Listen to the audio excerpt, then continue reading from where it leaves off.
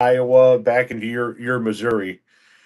Um, the farmers who had their predominantly the soybean farmers that had their Asian market taken away. How much have they rebounded with the bailout? How much have they rebounded with these talks that bore some fruit with China?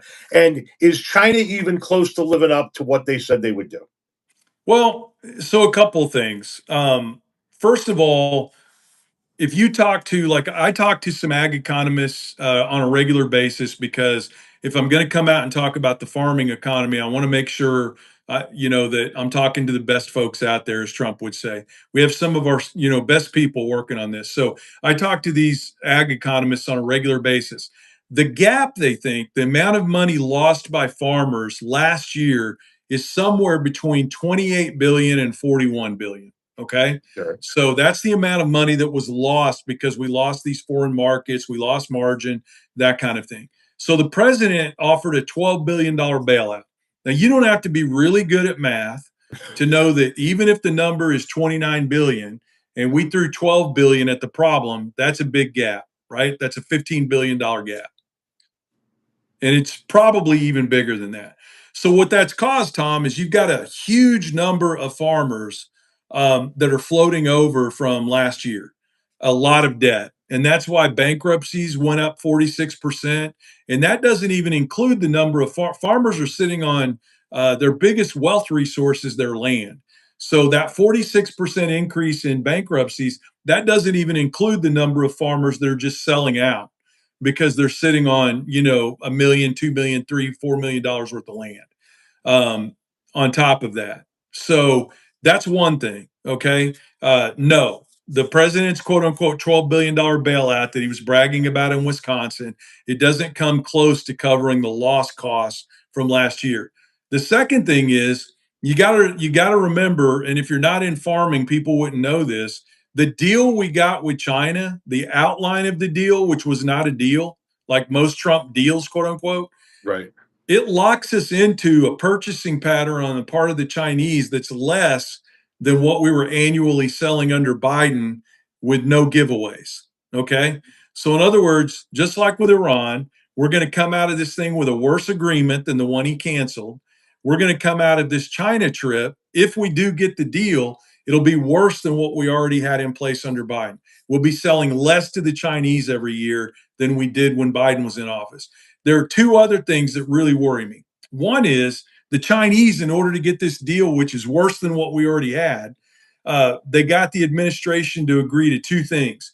One is we're going to put together this commission of trade, or investment, I mean, and the Chinese are going to probably be able to start buying American farmland again and invest in American tech Yep. companies, which our intelligence sources in this country have told us for decades is the wrong thing to do. Like, corporate espionage on China is the number one perpetrator of corporate espionage. So why don't we just go ahead and let them start investing in American companies? What could go wrong, right?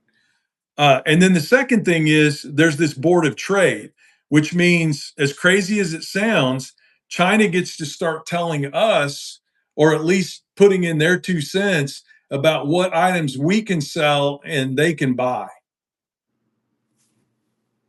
So we've given up these two huge chips for an agreement that, if it goes through, will have us selling fewer agricultural products to them than we were under Biden without these concessions.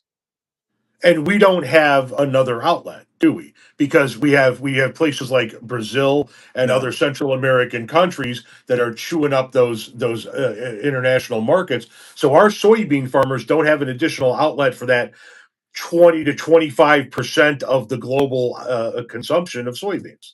Yeah, and the truth is, just to put it a crass way, is how are you going to replace 1 billion Chinese bellies with, I mean, with 300 million Americans? And the truth of the matter is, most corn and soybeans, a lot of people don't know this, but most corn and soybeans that we go and grow in this country go into animal feed, Yeah. fuel, and processed food. And we grow very little row crops that we actually eat, that we physically eat. And that's got to change. We got to get back to farming products that people can eat. But we're not going to do that until we have an infrastructure style program that helps farmers convert over to those types of crops because it's just too expensive. I mean, you basically, if you switch to organic or you switch to regenerative agriculture, you're looking at 2 to 5 years of no profits while you do that conversion. So, FDR would have said, okay, we got to do the conversion. Let's treat it like infrastructure and let's keep farmers in business until they transfer over. Yeah. But we just don't have that kind of forward thinking in this administration.